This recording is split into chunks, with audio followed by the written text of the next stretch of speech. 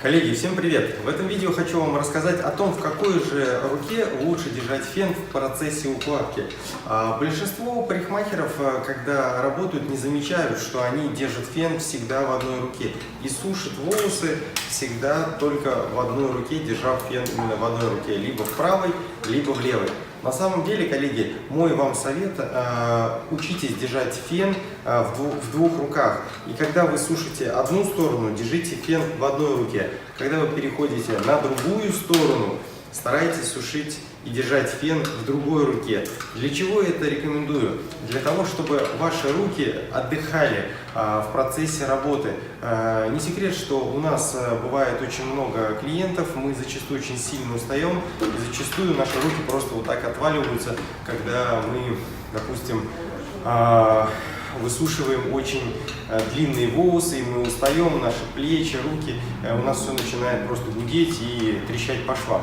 Для того, чтобы этого не было, чтобы наши руки хоть как-то отдыхали, я всем вам рекомендую держать фен в разных руках. Сушите волосы феном, когда вы сушите волосы феном в одной руке, потом взяли, быстренько перевернули фен в другую руку и сушите вот таким вот образом.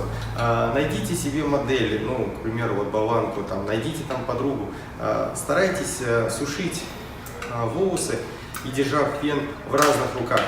Вы тогда реально разгрузите все свои там плечевые суставы и не так будете сильно уставать в процессе укладки.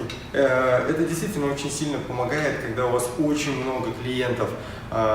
У нас у парикмахеров в большинстве случаев, которые работают очень давно, у нас уже под конец дня и ноги отваливаются, и руки начинают болеть, и при этом нужно хоть как-то наши руки разгружать в процессе работы. Поэтому я вам рекомендую настоятельно взять себе на вооружение вот этот момент, что когда вы сушите, старайтесь одну сторону просушили, держав фен в одной руке, потом взяли, поменяли и сушите и держите фен в другой руке.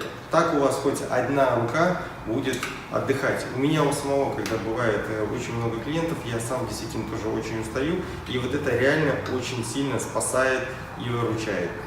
Коллеги, если это видео вам понравилось, обязательно поддержите его лайком или дизлайком и не забудьте подписаться на мой канал. Ну а если у вас есть какие-то свои фирменные секреты, как вы укладываете волосы и как вы отдыхаете, напишите об этом в комментариях, чтобы я тоже был в курсе. С вами был Дмитрий Каждан. Отдыхайте, берегите свое здоровье и до новых встреч. Пока-пока.